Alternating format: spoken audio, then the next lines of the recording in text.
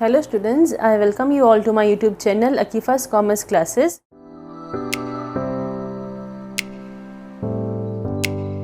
So in today's session, the topic that we'll be covering is about the characteristics of management.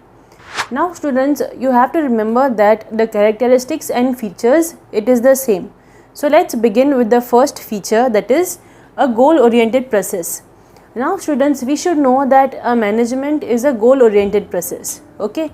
Because we know that every organization that is started, it is started with the objective of achieving a particular goal or achieving a particular target that has been set. Now it is very important that whichever goals you have set, they should be realistic. By realistic, it means that those goals which can really be accomplished. So sometimes what happens is that some organizations, they set really high goals or high objectives which is a little bit difficult to achieve. So when such kind of goals are basically set, what happens is that it affects the productivity and also the employee morale. Now it affects the employee morale because when the employee joins into the organization, the employee is told about the goals of the organization or the objectives of the organization which the organization intends to achieve. Now the employee puts in all his hard work and all his efforts in order to see to it that he kind of achieves the goals of the organization. But what happens is that if the employee puts in all his hard work and all his efforts, even then he is not in a position to complete those goals or to achieve those goals, then it definitely hampers his morale. So what happens is that it is very important that a company or an organization, while they are setting the goals should be set in such a way that they can be achieved. Because if any company is setting such goals which are not within the purview of completing them, then it hampers the morale of the employees. Therefore, it is the responsibility of the top levels managers to see to it that the goals which are set, they are realistic and something that can be achieved easily. So let's start with the second feature, that is pervasive. So management is pervasive function. Now what do you mean by pervasive? Pervasive means universal. It means management is something that is universally accepted. So for example, if there is a manager in India and there is a manager in the US, now all the activities that are performed by the manager in India and the manager in the US are the same. But the way they are doing it might differ because of the different cultures and traditions of the two countries. But what I want to say here is that management is important irrespective of whether your country is in India or in the US or anywhere. So management is something that is really important. For example, like we know that we have to manage so many things on a day-to-day basis. Like we have to manage our household, in the same way we have to also manage our organization. So management is something that is present everywhere. So it is very important that all the activities of the management are kind of aligned in such a way that it leads to achieving the goals of the organization. Because management is something which is very, very important. Like for example, if we see a petrol pump is something that needs to be managed as much as a school needs to be managed or a hospital needs to be managed. So management is something that is present everywhere. So that's why it is said that management is pervasive, which means management is universal. It means management is something that is required in all walks of life. Let's start with the third feature, that is dynamic function. Now students, we should know that dynamic means changing. So a management has to adapt itself to the changing environment. Like for example, when the organization, they had set a particular goal or a particular objective that it intends to achieve in the near future, the situation was different. And when it actually wants to achieve it, the situation could be different then. So it is very important that you adapt yourself to the changing environment. We know that the goals or the objectives that we have set, it is for the future, and future can never be predicted with 100% accuracy. So therefore it is very important that management adapts itself to the changing environment. A very good example of this could be COVID. So because of COVID, there have been so many changes that have been taken place. So many companies have been shut down, or so many companies were not in a position to fulfill the objectives or goals that they intended to achieve, and so on. And there were so many new changes that have been brought by COVID. Like for example, a new concept of work from home came into emergence, wherein we knew that the employees could not physically come to the workplace in order to fulfill their duties and responsibilities. So they were asked to do it from the home. So that's why it is known as work from home, because physically we could not go to the workplace, therefore we have to do all the work from our house. So this is something that has been a new thing due to COVID. So we have to know that earlier the management or no company basically worked this way, wherein, for example, if I am the employee of an organization, I could never tell my manager or my owner that I will work from home and I will not come to work tomorrow onwards. But what happened is, because of COVID, every management or every company had to revise their rules and regulations and had to make certain changes. Now, there is no company who could say that we will not do work from home and they will forcefully call all their employees to work. So what I want to say here is that with the changing environment, every company has to make changes in order to survive in the market. Another very good example of this is McDonald's. So before McDonald's entered into India, they had beef and pork into their menu.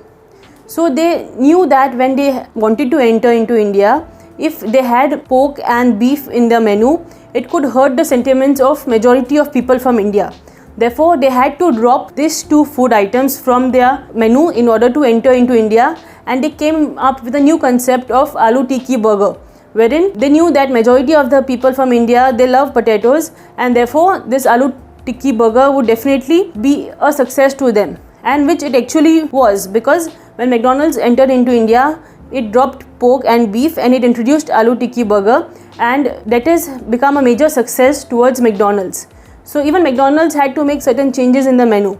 So it is very important that every organization brings certain changes with the changing environment. So this was point number 3, that is a dynamic function. So students, let's start with our 4th feature, that is intangible nature. So students, we should know that a management is intangible in nature. So what do you mean by intangible? Intangible is something that cannot be seen or touched, but something that can only be felt. So management is something that is intangible in nature. It means you have to feel the management.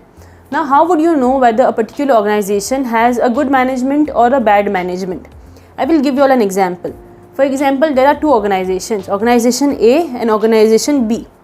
So in organization A, the employees, they are working in unity, they have harmony amongst each other, and they are very much satisfied with the workplace. And also the productivity in organization A is increasing. There is no chaos in the workplace. All the employees are working with unity.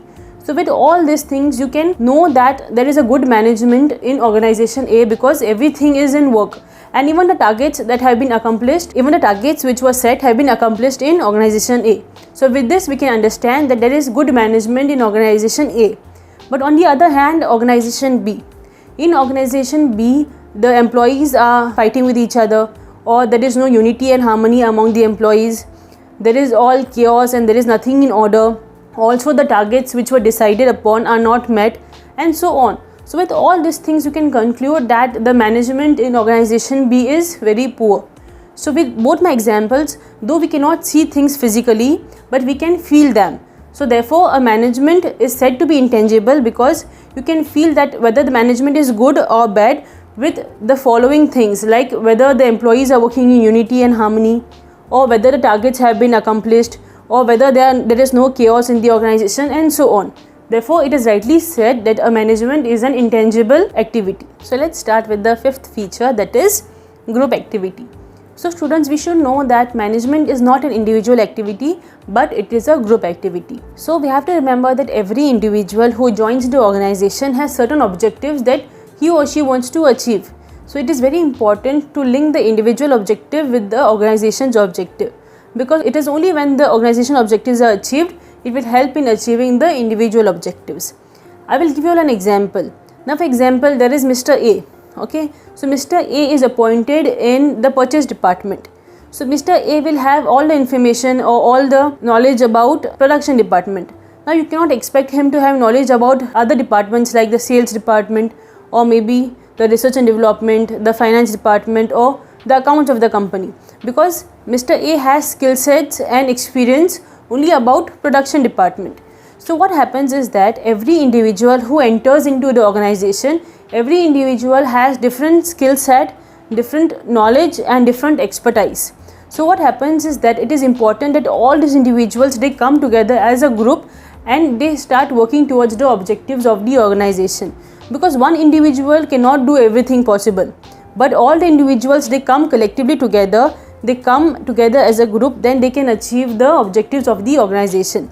Therefore, it is very important that all the employees or all the workers in a particular organization or a company, they come together, they form a group and start working towards completing the objectives of the organization, because management is not an individual activity and it is a result of group efforts. So let's start with our sixth and the last feature, that is multidimensional. So management is a multidimensional function. So management is said to be multidimensional because it is subdivided into three categories: management of work, management of people, and management of operation. So let's start with management of work. Now students, we should know that every organization, it is started in order to do some kind of work. Okay, so every work that is done in an organization, it needs to be properly managed. Like for example, a school is set up with the intention of teaching, or maybe a hospital is set up with the intention of treating the patients, or a factory is set up in order to produce goods. So irrespective of whatever it may be, it is very important that there is management. If there is no management in schools or in hospitals or in factories, then it will not be in a position to fulfill the objectives that it has. So every organization, it is important that you manage your work properly, because if the work is not managed, then definitely it will be a chaos and it will kind of be a hurdle in achieving the objectives that were set. So this is management of work. Second, management of people. Now it is very important to manage the people in the organization. Now, as I said earlier, that the employees, when they join your organizations, they do not know about the objectives that you want to achieve. So it is important that you convey to them the objectives that you have set and what is their role in seeing to it that the objectives are achieved. Now the employees that enter into the organization, they all have different skill sets, different qualifications, different knowledge and so on. So according to the experience that they have, or according to the knowledge they have, or according to the educational qualification that they have, it is important to group the employees accordingly. And after you group them, it is important you give them a particular task, or you give them certain duties and responsibilities, and you hold them accountable for it. It means at the end you should ask them whether they have succeeded in doing a particular thing or no. So it is very important that you kind of give them responsibilities and see to it that they are doing it or no. So management of people is important, because if the employees, they are not aware about what they are expected to do, then it will lead to chaos. So if a particular employee does not know what he or she wants to do, then he or she may sit idle, and because of that it could actually affect the productivity in the long run. So it is important that you give responsibilities to every employee in the organization. And the last is management by operation. So management by operation, it means that you see to it that all the activities that are required in converting your raw materials into finished goods are taking place effectively and efficiently. Now we know that there is a process which is involved in converting your inputs into outputs. Like for example, it requires purchasing of raw materials, then processing the raw materials, then selling it, then financing it, research and development and so on. So you have to see to it that all the activities which are required in converting your raw materials into finished goods, they are being done in a very effective and in an efficient manner. Because if they are not done in a very effective way, then it can hamper the productivity in the long run. And we should know that higher the productivity of a company, that is the better towards the company. Because if a company's productivity is low, it is not a good sign for the company. Therefore, it is very important that all the operations are properly managed. Therefore, management is very important in an organization. So I have explained 6 features or 6 characteristics of management in today's session. So if there are any difficulties or any queries or suggestions and feedbacks, please put it down in the comment section, and also please share, like and subscribe my channel, and also press the bell icon. Thank you.